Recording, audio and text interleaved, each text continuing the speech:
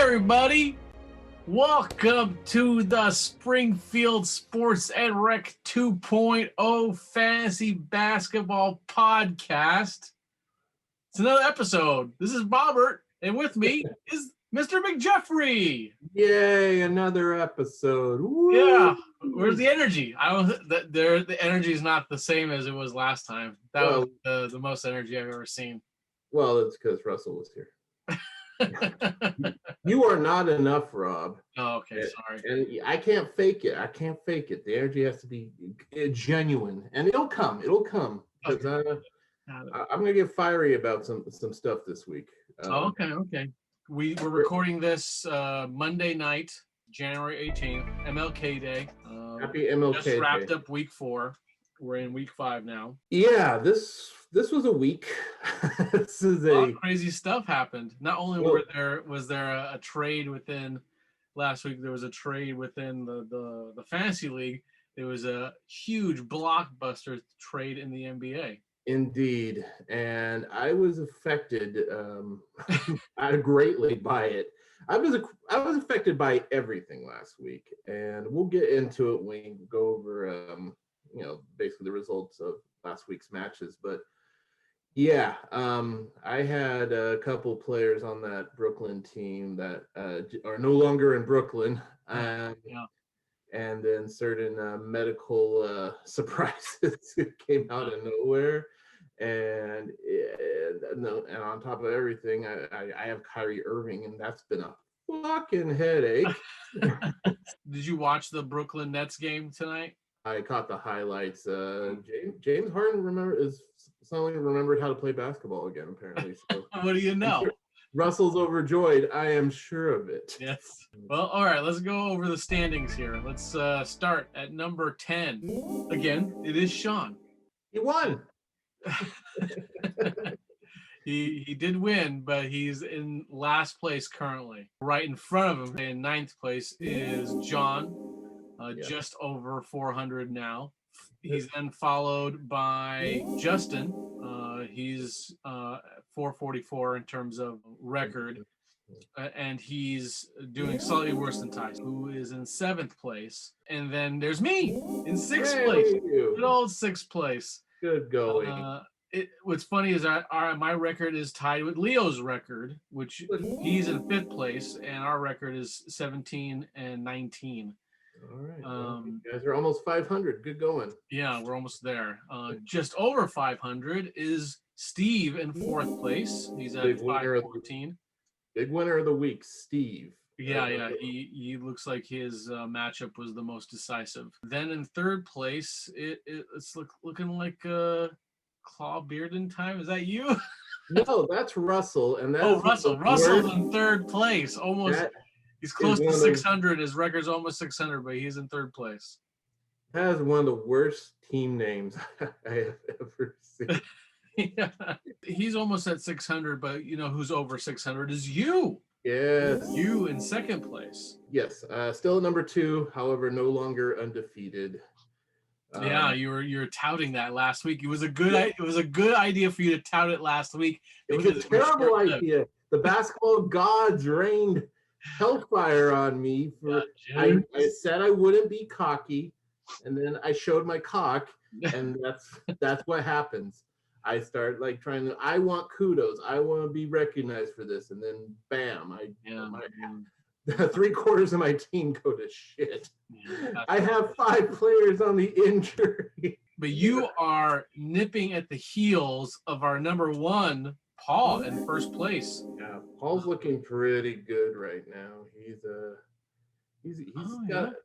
got a lot going for him, and I think my prediction of it's coming down to Russell and Paul right now is looking pretty fucking strong. So well, I'm currently playing him right now in this week's matchup, and I'm up 7-2. All right, enjoy it. Don't get cocky. Don't get cocky, kid. Yeah, I know after tonight it's probably going to be very different. So do you want to kind of go over anything like the king of categories, the category kings, any movement on that? We have 4 new kings. All right, so let's just quickly rattle off the ones who are unchanged. Russell, still the king of the 3-pointers. Paul's king of points. Paul's also still the king of DREBs and blocks. And Ty is still the king of steals. Now, Ty is also now officially the king of field goal percentages. He knocked me out. So he's got the top overall at 48%. Ty is also now the king of free throw percentages. Oh man, that's three crowns for Ty. Yes, and that's knocking out Russell. So fuck you, Russell. And let me give a little kudos. Steve, now the king of assists. So I'm gone. Both my you've been crowns throned. Oh, that's how bad of a week I had. Yeah. But we also have a new king of OREBs. Leo no longer holds that title because it belongs to fucking Paul. So Paul. No, Paul's got 3 crowns too. Oh, he has 4 crowns. Oh, quad. He's a quad. Oh God. He's got both the rebounds, the points, and the blocks. Damn you, Paul. Damn you. Ty's got the percentages and the steals. Steve's got the assists, and Russell's got the 3-pointers, and that's how it sits right now. Well, well, let's look at the matchups then and see how it all went down. Let's start with the ones that were closest. All right. So it was between you and Sean. Yes. You lost to Sean 5-4. Yes, and for most of the week he was beating me 7-2. So it was bad because he is the worst team currently in fantasy, and I was the undefeated team sitting obviously tied with Paul as of last week, no longer. And just by the force of goodness that is Mr. JOKIC. He was my savior. He is the only guy who kept me from being completely embarrassed because he was a beast. But honestly, the only other 2 players that played were shit were Malcolm Brogdon and Brandon Clark. Because let me pull this up right quick. 2 of my players, both Jared Allen and Karis LeVert, were moved because of that Harden trade. Jared Allen was moved to Cleveland, and they actually had a game delay because of COVID. And Karis LeVert, they found out when they did his physical, he has a growth on his kidney, so he's out indefinitely. What a way to find out. Meanwhile, Lonzo Ball's got tendonitis. John Wall's got left knee soreness. Jimmy Butler's been quarantined all week.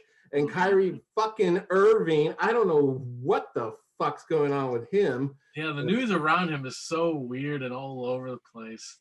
The other day I was reading that supposedly he bought George Floyd's family a house. I hear on that level, he is a very, very proactive. He gives back to the community. Off the basketball court, he is one of the most generous players in the NBA. I've heard all kinds of stuff like that. But come on, man. You can't do that and get out there and complete that big threesome of James Harden and your guy Kevin Durant. It's very weird.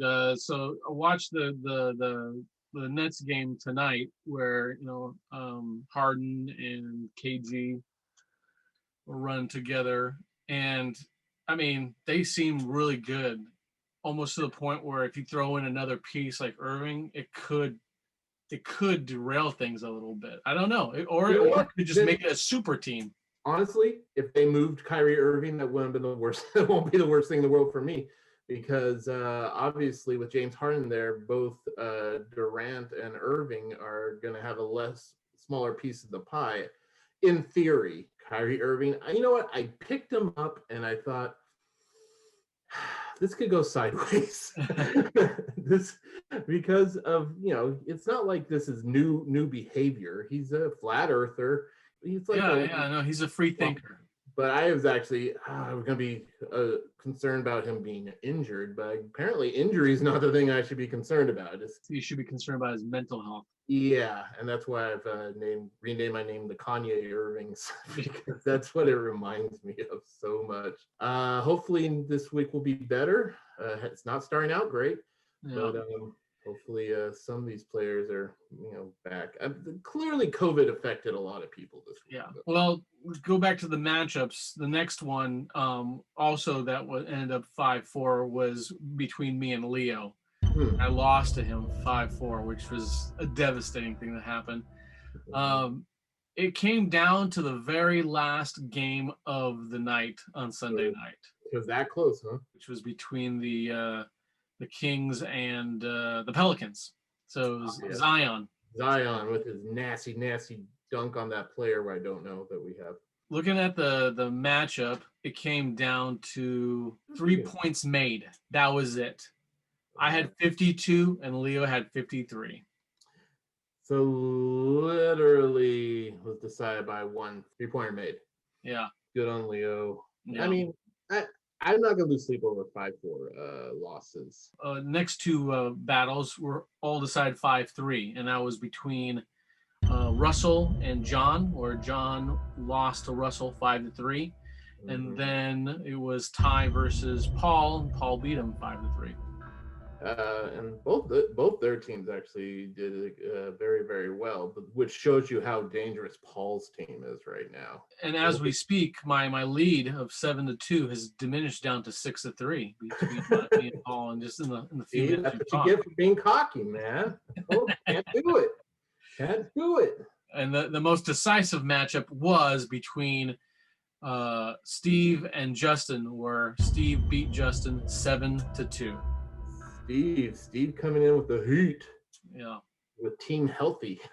Yeah. No problems, no COVID on his team, nothing like that. Nothing significant. So I mean, good on Steve. I'm happy Steve got a nice strong win. And though Justin and Russell officially the trade went through between them for John Morant for Kawhi Leonard. I held my veto hand and I did not. It was wise.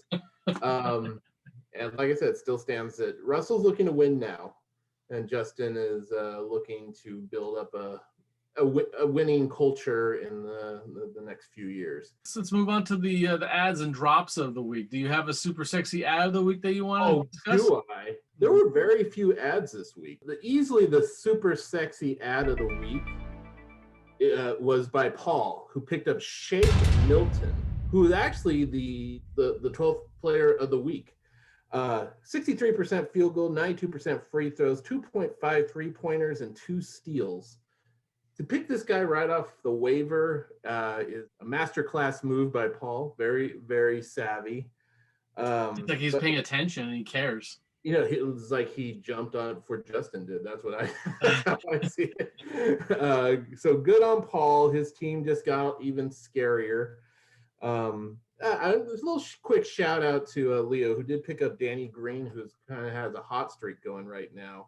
He was he dropped my my super sexy pick of last week, Royce O'Neal. Oh yeah, it was very fast. Being complete garbage. So not maybe the super sexy picks are kind of kiss of death, because my first one was. I guess we'll see how Shake goes. Yeah, I might have just completely fucked Paul. Because Seth Curry was super sexy. He got injured. Royce O'Neal forgot to play basketball after I declared him. So now we'll see how well Shake Milton does this week. There were no big head scratcher drops, but Justin did take the bait, and he did pick up Danilo Gallinari, who's clearly a stash, and because he's still in the injured reserve. But I figured somebody was going to pick him up last week, and Justin did that very thing. Well, really quickly, go through the players of the week. The number 1 player of the week, and once again, the reason why I didn't completely shit the bed was NIKOLA JOKIC. Mr. JOKIC got me 53% field goal, 100% free throws, 27 points, 1.3 threes, and 4 steals. he is the number one player in fantasy overall, and he's the number one this week. LUKA DONCIC for Paul was the number 2 player this week. 49% field goal, 4 threes a game, 32-point average, 10 defensive rebounds, 12 assists. LUKA he's awake and he's feasting. Worth noting, Paul also is number 8 player this week in Andre Drummond.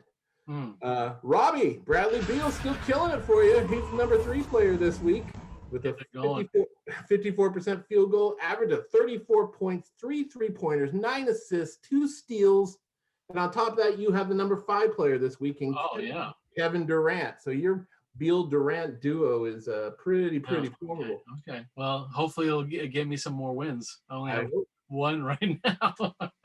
It's all right, but you're not getting blown out. That's why you're still in the middle of the pack. John has the 4th best player this week. So literally this player had 1 game this week, and his name is Bam Adebayo for the Miami Heat, but came back from basically COVID. Basically he's been sitting waiting for the COVID to clearance. Let's use that word. But good first game, 72% field goal, 100% free throws, 28-point average, 6 assists, 3 blocks. John also has the number 6 player this week, and NIKOLA VUCEVIC for the Orlando Magic. So his bigs are doing work, even though he's still sitting at a shoddy 9th place overall. But go, John, go. Good old Sean has the 7th best player this week, and KARL-ANTHONY Towns. Until, of course, KARL-ANTHONY Towns got to COVID. No. 100% free throws, 25 points, 10 defensive rebounds, 2 blocks.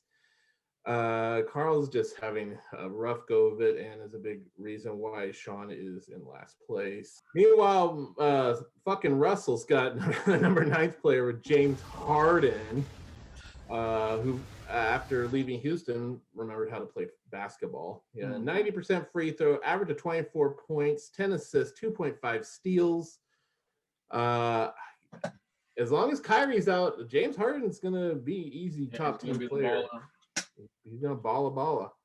And number 10, Ty's best player is Damian Lillard, who lit up the fucking Kings. I watched that game. 100% free throws, 32 points, 4 3-pointers, 8 assists, 1 steal. So those are everybody in the top 10. So Leo's best player came in 13th. Once again, it's Joel Embiid, who I think has been his best player 3 straight weeks. 56% field goal, 88% free throws, 26 points, 2 steals. Now, Steve and Justin, you have to start going down the list to find their best players, which makes it kind of amazing that Steve won as handily as he did, because his best player was the 27th best player this week in Ben Simmons. 47% field goal, 11 assists, 8.3 defensive rebounds, 1.7 steals. Like I said, I think Steve just won the number game because his team was largely unaffected by postponement games because of COVID. I think he just numbered the shit out of people. And Justin's best player was all the way down as the 30th best player of the week. Wow. Jesus, Justin. OG ANUNOBY. OG got him the 54% field goals, 83% free throws, 16-point average, 2.7 steals. So that ended up being his best player of the week, the 30th overall. JOKIC he's my guy. He gets hurt or he gets shut down because Denver's struggling. Yeah, because he's doing all the effing work, it seems, lately. I'm cooked. I'm cooked if they rest this guy. You know who else feels like they're cooked? Who's that? The Kings. Oh, God. Welcome to the Crown Corner, everybody. This is where we talk about the Kings. If you don't care about the Kings, get the fuck out of here. Oh, God. Can we still talk about the Kings? Oh, God. This is horrible. This is kind of all right. Yeah, I'm feeling like we may want to retire the Crown Corner for a little bit until there's some significant movements, whether it's like trades or changes, or if the Kings start picking up, because I don't know, man. I don't know. Even games where they look good, they still end up pulling the fourth quarter thing. The Kings. I watched the Portland game, and they did lose, but they didn't embarrass themselves. Yeah.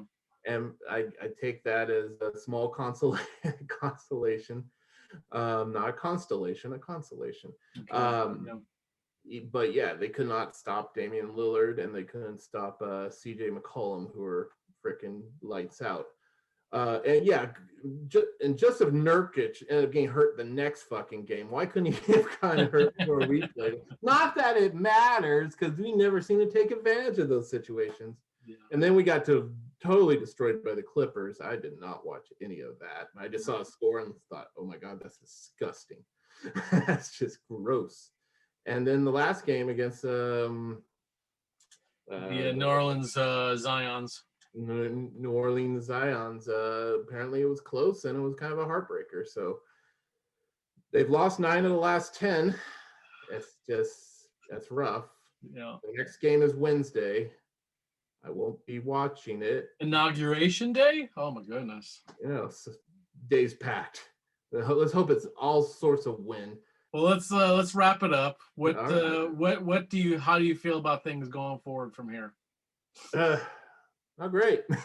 Wait, for the Kings or for fantasy? Just for fantasy in general, the NBA, everything. Like I said, the games being delayed has added a new wrinkle. It's hard. Obviously, it's very hard to prepare for. You kind of just have to go with it and hope that your pieces make up for it, which is hard because in Dynasty, it's hard to drop. Like, I got Karis LeVert, who may have kidney cancer for all I know, yet I really don't want to drop him, but I only have 1 IR spot and 5 injured people right now. And it's time to make tough decisions if I'm looking to ultimately win this year. And like I said, the COVID thing seems to be getting worse, not better. And now for the first time this week, I'm really wondering if this season will actually be completed, quite frankly. Yeah, I think we're heading towards another NBA shutdown, but no, I know the NBA doesn't want that to happen. They want to keep pushing forward as hard as they can. Maybe they have a contingency plan. Maybe they have a bubble ready to go if something does happen. They have to have some kind of plan B. I mean, there is a reason why they haven't given a complete schedule because they kind of knew in the back of their head that these postponed games were going to be an inevitability. So, yeah. And here's it: if Paul ends up being the big winner, I hope the season gets canceled because fuck you, Paul. Well, with that, we're going to wrap it up. Jeff, thanks for joining me again. Good luck, everybody, this week. Good luck. Yeah, right. All right. Well, hey, Jeff. Hey, what's up? I'm going to catch you on the bounce. Oh, are you going to do that? Well, I'm going to see you in the future. All right. Peace out. Later.